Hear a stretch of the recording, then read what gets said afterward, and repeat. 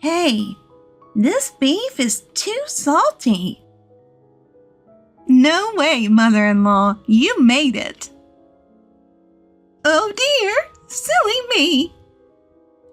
My name is Sarah, 28. I work as a nurse. And by the way, the one cheerfully serving the stew right now isn't my mom, but my mother-in-law, Andrew's mother. Ever since we got married, she's been very affectionate towards me, and even without Andrew, I would visit my in-laws' place to cook and eat meals together. I, who don't have a good relationship with my own parents, am closer to my mother-in-law than my own mother. My mother-in-law is a cheerful character, and she raised Andrew and his brother single-handedly after a divorce when Andrew was still a kid.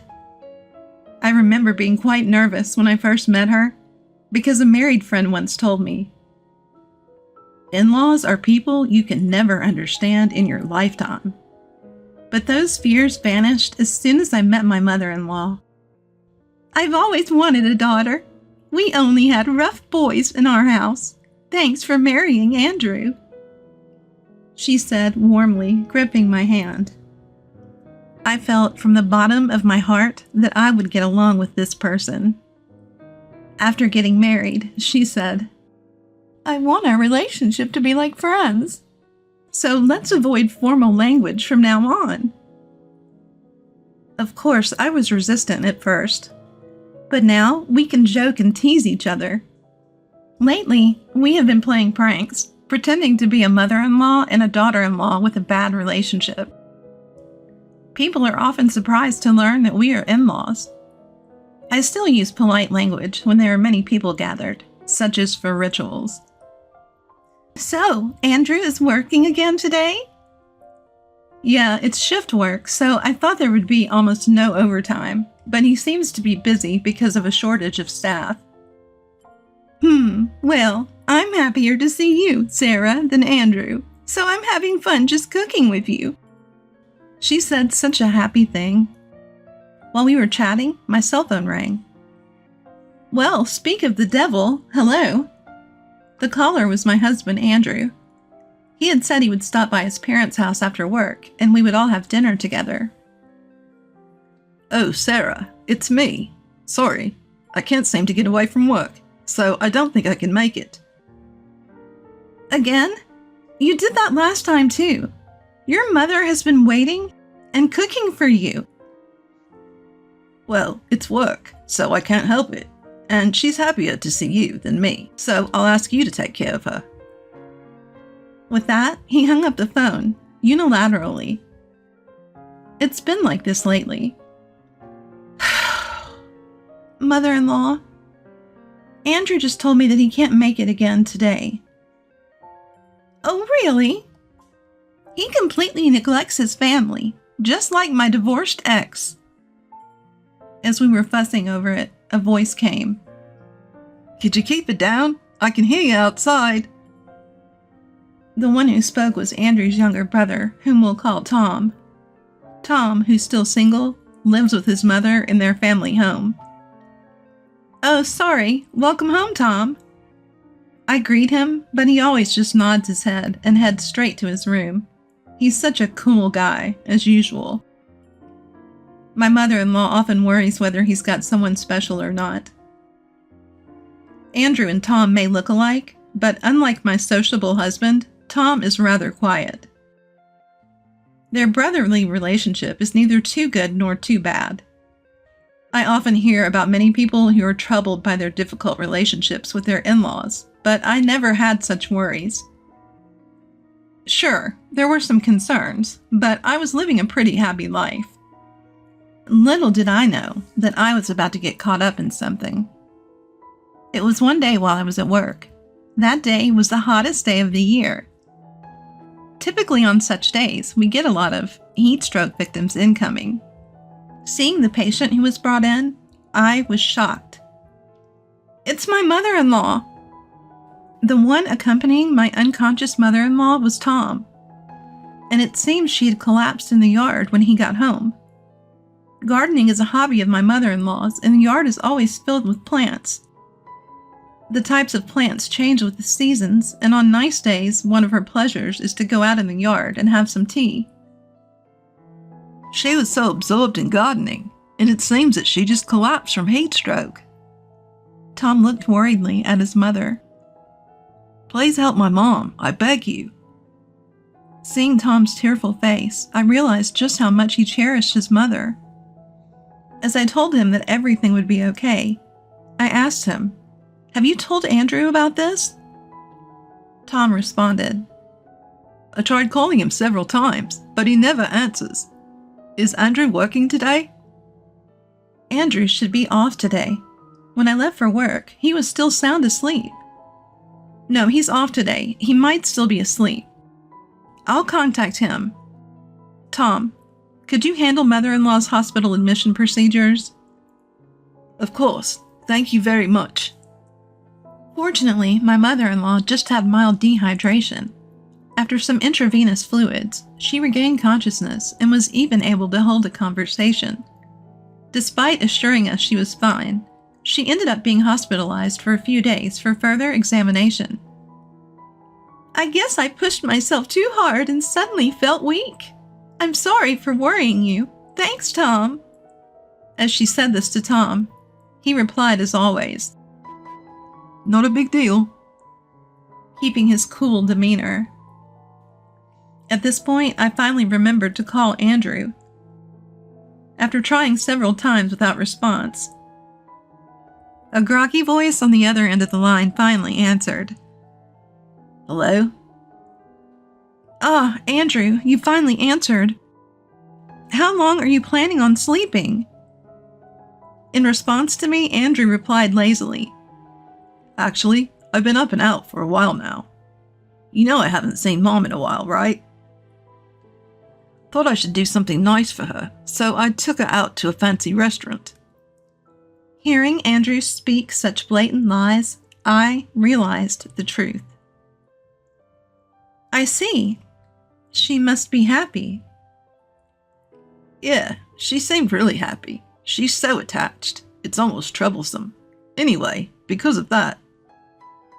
As he was about to hang up, I said, Wait, there's something I wanted to ask mother-in-law. Could you put her on the line? Seeing how he seemed to panic at my request, he managed to croak out, No, she just went to the bathroom. I'll just pass on the message. That's okay. I'll just ask her myself the next time I see her. Are you coming home early today? Sorry, but I have to work after this. Tom tried calling me earlier too, but I figured it wasn't anything urgent, so I just ignored it. He said as he laughed before abruptly ending the call. I had suspected it for a while, but it became clear that Andrew was having an affair, and it seemed like he was deeply infatuated with his mistress. I could almost imagine flowers blossoming in his mind. I wonder which field of flowers he's lost in. I won't let him get away with this. He better be ready. From that day on, I began plotting my revenge. The day I was certain of Andrew's betrayal, I packed my belongings and left our home. I left my wedding ring and a note that simply read, "Be ready," on the desk. I rented a hotel room near my workplace and started commuting from there. I've always been one to have little material desire. I had a few possessions, and being a nurse, my salary was pretty decent. On my days off, I would often visit my in-laws, so I didn't spend much money. Ever since I got married, I haven't been able to save much for certain reasons. Though the idea of my money dwindling did worry me, I was planning on having Andrew pay back what was lost. Andrew got in touch with me the day after I left the house, which means he must have gotten home in the morning. He clearly doesn't take me seriously. I got multiple calls, but I ignored them all. When he realized I wasn't going to pick up, he started bombarding me with messages. At first, they read like, Sarah, you must have misunderstood something. I'm worried. Please come home. It was my fault. But over time, they became more aggressive. Hey, respond to me. If you want a divorce, go ahead. You're the one who mentioned divorce, so I expect alimony. And then he would apologize again. Is he emotionally unstable or something? Reading his messages, I could tell he was getting desperate, so I decided it was time to take action. The following week, I visited the in-laws. Since that day, my mother-in-law had her tests, but no issues were found, so she was discharged as planned. That day, we had all gathered to celebrate her discharge. Thank you, Sarah, for organizing this wonderful gathering. I bought your favorite cake from the bakery you love, so let's eat it together later. When I told her that, she smiled joyfully. So, how are things with that matter? Mother-in-law asked so. All the preparations are complete. I can't wait. When I said that, I grinned. As I was having a pleasant dinner with my mother-in-law, the doorbell rang. Seeing the person on the intercom screen, her face turned serious instantly. Seeing her reaction, I immediately knew who it was. Come in!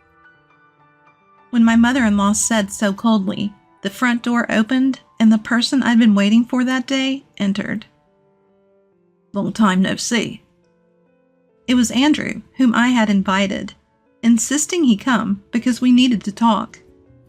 Of course, I had already told my mother-in-law everything.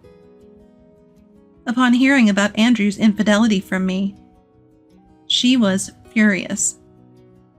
But when I said that I'd like her to wait a bit, given that this is a marital issue, she just apologized over and over about her son. Seeing her like this made me feel guilty instead. Sarah, why didn't you contact me? I've been worried all this time. It's fine. It's fine. Cut the drama. I think you know. But divorce is the only option. Of course, I'll be taking alimony. Once the topic of money came up, my so far mature husband reacted. What? Why do I have to pay the alimony?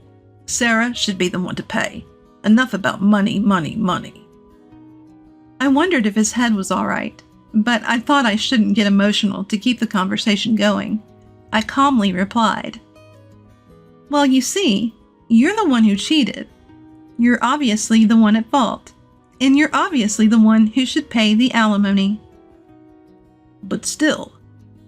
Seeing my husband mutter inaudibly, my until now silent mother-in-law finally lost her patience.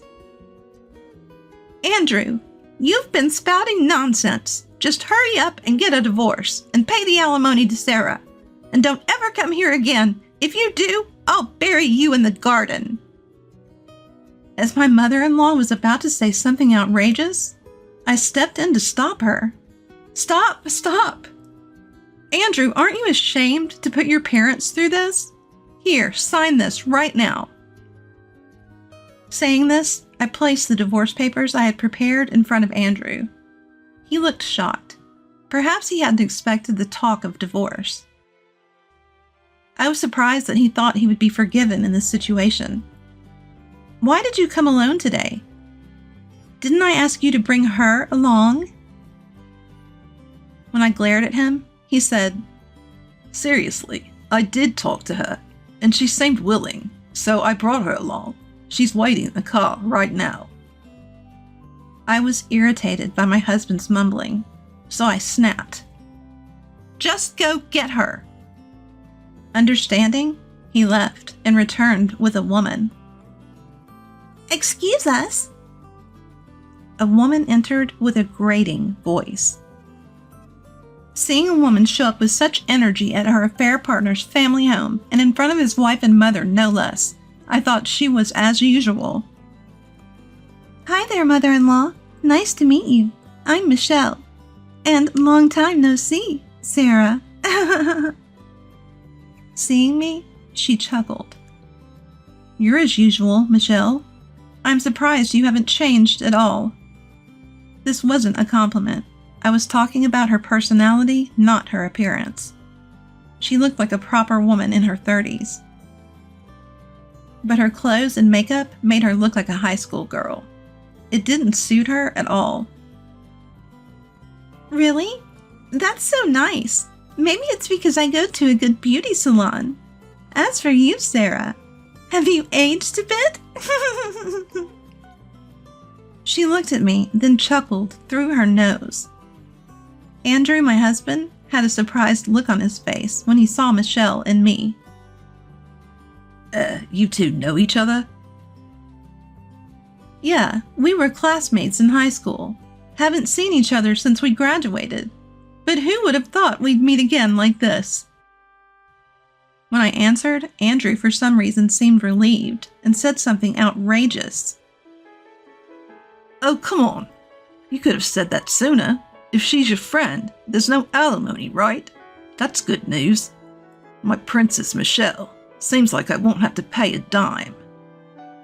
His ridiculously foolish statement left me utterly dumbfounded. No, we're not friends. And did he just call her princess? Gross! This reminded me of when Andrew and I first started dating, when he used to call me my Princess Sarah. It became so annoying that I had to make him stop. His nickname game is the worst. So gross. When I discovered Andrew's infidelity, I immediately sought a lawyer. As the investigation proceeded, I found out that the woman he was cheating with was Michelle. This woman has always been like this, seeming to fancy other women's men, constantly hitting on guys even if they already had girlfriends, often causing arguments.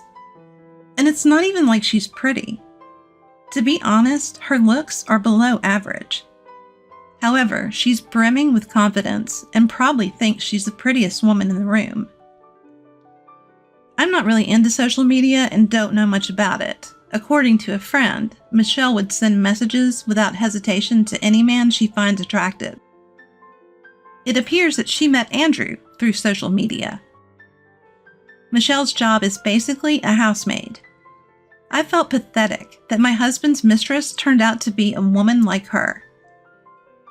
I get tired of talking to you two. Can you sign this quickly?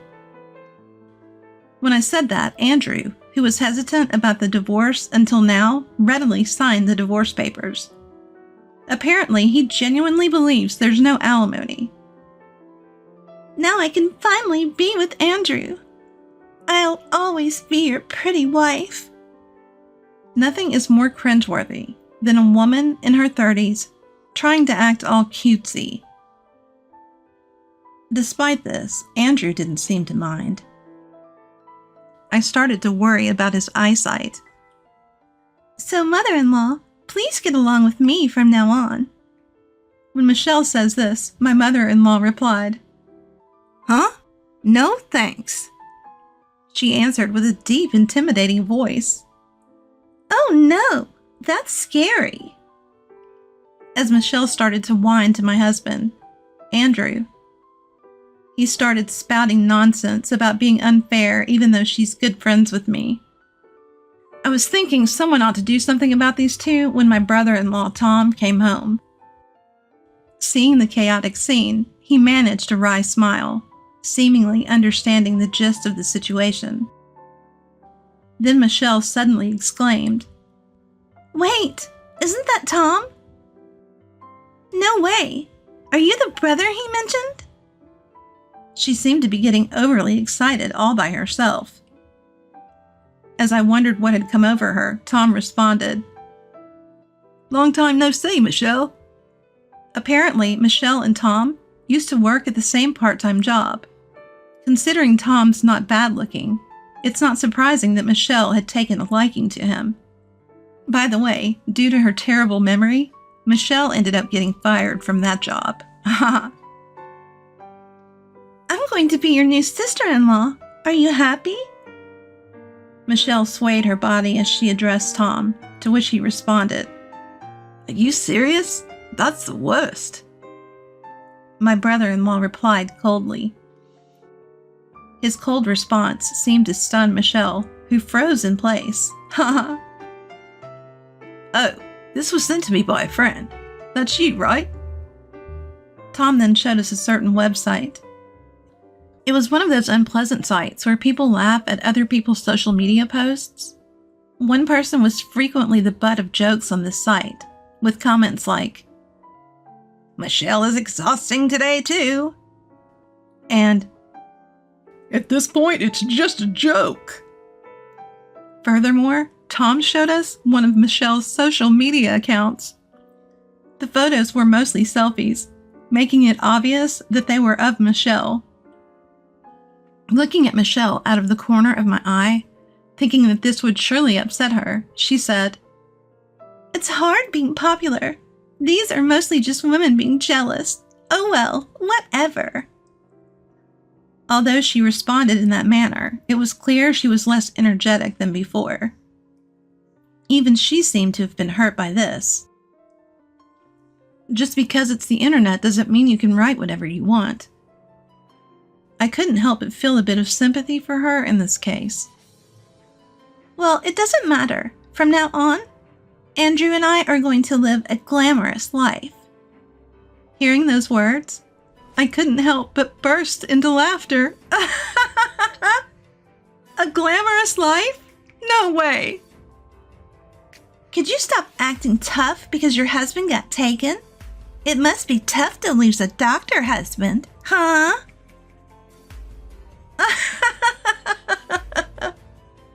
At Michelle's words, we all burst into laughter. Wait, when did Andrew become a doctor? Congratulations! I was laughing so hard that Michelle looked utterly bewildered. Apparently my husband had posted a picture of the hospital where I work on social media, along with the words, "Another hard-working day." I remember he used to come pick me up after work. The post was meant for me, but she somehow misinterpreted it as Andrew's workplace. The equation of hospital equals doctor made me burst into laughter due to its simplistic nature. But Andrew was always generous with money, and even took me to a fancy restaurant the other day. He also paid for my spa appointments. As Michelle continued, it was clear she was starting to panic. I didn't think my husband had much money, which was puzzling. When I asked him about the source of the money, he let out an astonishing revelation. "I used Sarah's credit card." Even if we're family, using a credit card in someone else's name is illegal. But my main card is still in my wallet. I used it to pay for a hotel just the other day. So whose card did he use? As I was wondering this, he returned the card. "Well, what's done is done. Besides, we're still married." "Look, this is a family card. It's your card."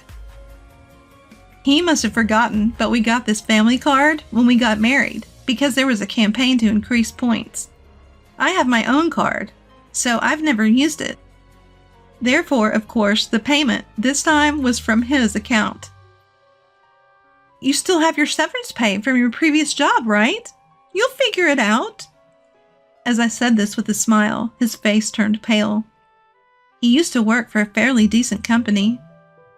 His diligent work was valued, and he even became a team leader. However, after being married for a while, he suddenly quit his job. He claimed the reason was me. As a nurse, I often worked night shifts and sometimes earned more than him. This apparently hurt his pride, and he started saying things like, "If Sarah's making money, I don't have to work, right?" But I didn't mind that at all. My husband Andrew did help out with the chores around the house, which was beneficial. However, it was indeed tough having to bear the cost of living all by myself. Almost all my salary went towards living expenses, and I had no room to save. Andrew always made up some excuse to avoid visiting my in-laws' house, probably because he didn't want my mother-in-law nagging about this issue. I was naive to think that he would someday find a steady job. Desiring some pocket money, Andrew announced, "I got a job." He started working part-time at a convenience store near the train station and has been promoted to team leader.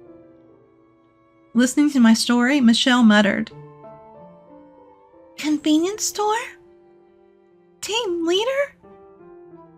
She was mumbling something under her breath, then suddenly stood up, exclaiming, "You've been lying to me! You're the worst! I'm going to sue you! I'm leaving!"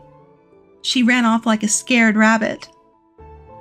Watching her retreating figure, I thought to myself, "It's you who's going to get sued, sorry to say." I muttered so in my mind. After the storm passed, the room was eerily silent. Breaking the silence was, "Well, that's how it is.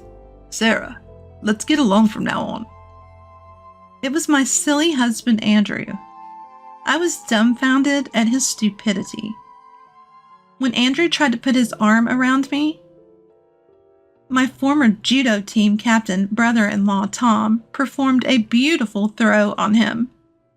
When I saw my mother-in-law exclaiming, "What a throw!" I had to stifle my laughter. Andrew apparently had some judo experience, but he looked quite foolish, taken by surprise. As for what happened after, I quickly filed for divorce.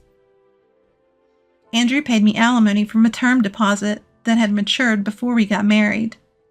He showed up at my workplace once after the divorce in a pitiful manner, but after I threatened to call the police if he showed up again, he never did. I thought about claiming damages from Michelle as well, but honestly, I didn't want to deal with her anymore. I didn't need to do anything. I knew she would face hardship in the future. During a consultation with a lawyer, I learned something about Michelle. About the woman your husband cheated with, we'd received consultations from other people as well, and I believe she will definitely be punished.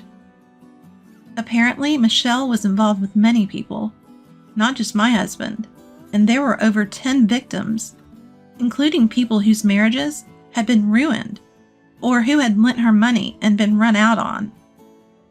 She definitely needs to pay for her actions. A few days later, a friend from high school showed me a viral video on social media where victims were gathered in front of Michelle's house shouting, "Give back our money!" and "We'll never forgive you!" It became such a scene that the police had to be called in. And there in her home, Michelle was shouting from her window, "I did nothing wrong!" What surprised me was that my ex-husband Andrew was among the crowd of victims. I felt truly relieved to have divorced such a foolish man. As for my former in-laws, I thought I wouldn't see my former mother-in-law after the divorce, but we still occasionally go out to eat as friends. Surprisingly, a while after all this, my former brother-in-law Tom said, "I'm getting married." He even introduced me to his cute girlfriend. Apparently, they've been dating since high school. He transferred to a reputable company, and as my former brother-in-law, he even kindly invited me to his wedding. I couldn't believe that this diligent Tom was a brother to my former husband. I believe that Tom, being so earnest, will surely build a good family. With that thought, I decided to continue doing my best as a proud nurse.